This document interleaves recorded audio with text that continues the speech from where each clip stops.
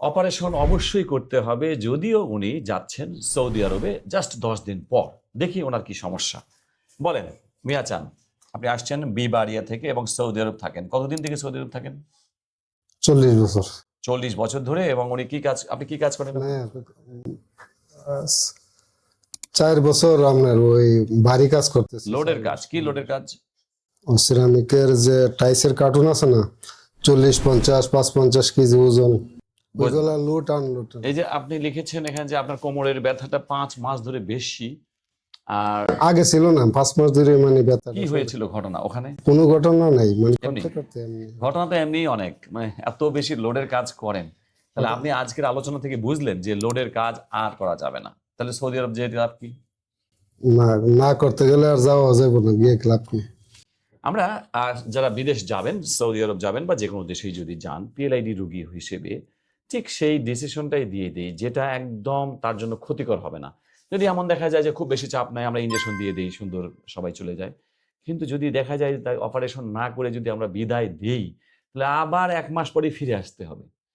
সেই ক্ষেত্রে আমরা স্ট্রিক্ট যে প্রয়োজনে ক্যান্সেল হোক, ভিসা আরো একটু মানে যদি প্রয়োজন হয় ছুটি বাড়িয়ে নিক, এবং অপারেশন মাস্ট, এনার অপারেশন মাস্ট। আমরা এমআরআই দেখেছি যে ডিস্ক প্রোলাপস অনেক বেশি। আর তাছাড়া ওনারও লক্ষণ লেখা আছে যে উভয় পায়ের দিকে ব্যথা, অবশ, ভার, জ্বালা পোড়া। আমরা জানি যে অবশ যখন কেউ বলে তখন বুঝতে হয় এটা সবচেয়ে ক্রিটিক্যাল অবস্থা, সবচেয়ে বেশি চাপে আছে।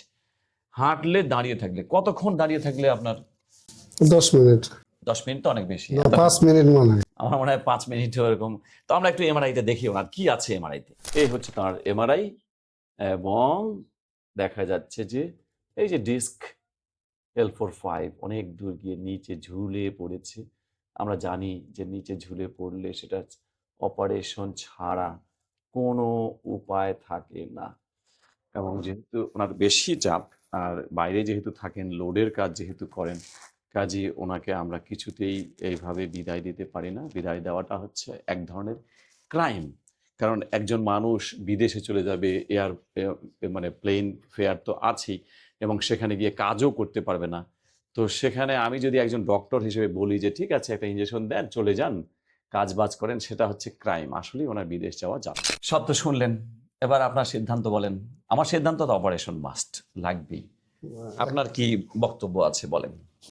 এখন অপারেশন করুন না, মানে এখন ওষুধ টষুধ দেন যদি বিশেষ প্রয়োজন হয়। আমি তো বলছি না যে এখন অপারেশন করব, আপনি যখন খুশি করেন, কিন্তু আমাদের সিদ্ধান্ত অপারেশন লাগবেই, বিদেশ যাওয়া যাবে না এভাবে। এই ব্যাপারে আপনার কি বক্তব্য?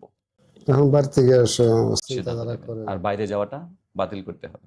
হয়তো বাতিল করে দেবো। কত আর থাকবেন? 40 বছর ছিলেন, আর যে কাজ করছেন এই কাজ তো আর চলবে না।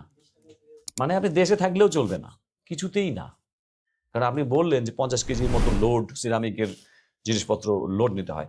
সুতরাং এই ভিডিও থেকে আমরা জানলাম যে যখন বিদেশ যাত্রী, মানে প্রবাসী বাংলাদেশিরা যখন এত বেশি সিরিয়াস এমআরআইতে থাকবে, পিএলআইডির মাত্রা অনেক বেশি থাকবে, তো যখন অপারেশন লাগবেই তখন বিদেশ যাওয়াটা টোটালি বাদ। বিদেশ গিয়ে লাভটা কি? আপনাকে এমনি এমনি তো আপনাকে কেউ বেতন দেবে না বা আপনার কিছুই করবে না। অতএব বিদেশ যাওয়া এখানে বাদ, অথবা পিছিয়ে নেওয়া, অপারেশন করেই বিদেশ যেতে হবে। আরেকটা বিষয় আমাদের শিক্ষণীয়, সেটা হচ্ছে যদি বিদেশ যেতেও পারে, ওই কাজটা ওনার করা যাবে না। অপারেশন করেও করা যাবে না ওই কাজ। অপারেশন না করেও থাকতে পারি না। হ্যাঁ, সেটাই তো। দাঁড়ায় থাকতে পারি। উনি বলছেন দাঁড়িয়েও থাকতে পারেন, তাহলে কাজটা করবে কেমন করে? অতএব চিরতরে এই পেশাটা পরিবর্তন করতে হবে তার জন্য। তার জন্য এখন যেটা অবস্থা হয়েছে, পেশা পরিবর্তনও করতে হবে, অপারেশনও করতে হবে। তবে কিছু কিছু রোগীর ক্ষেত্রে পেশা পরিবর্তন করলেই তার চিকিৎসা শেষ, অপারেশনও লাগে না, ইনজেকশনও লাগে না। কিন্তু এনার ক্ষেত্রে দুটোই লাগবে। আর কিছু বলবেন? তাহলে আপনি দেখেন। ওষুধ দিয়ে দেন। হ্যাঁ, আমরা তো ওষুধ দিচ্ছি, তাহলে আমরা কিছু ওনাকে গাইডলাইন দিচ্ছি, কিছু ইয়োগা দিচ্ছি, কিছু সুপার ফুড, পিএলআইডি যে সুপার ফুড 4টা আছে, সেটা হচ্ছে moringa, beetroot powder, pink salt এবং চিয়া সিড। এই 4টির কম্বিনেশনে যে পিএলআইডি রোগীদের জন্য আমরা সুপার ফুড দিই, সেই সুপার ফুডগুলো উনি 2 মাস খাবেন, 2 মাস ব্যায়াম করবেন, এবং বিদেশ যাওয়ার ব্যাপারে উনি সিদ্ধান্ত নেবেন।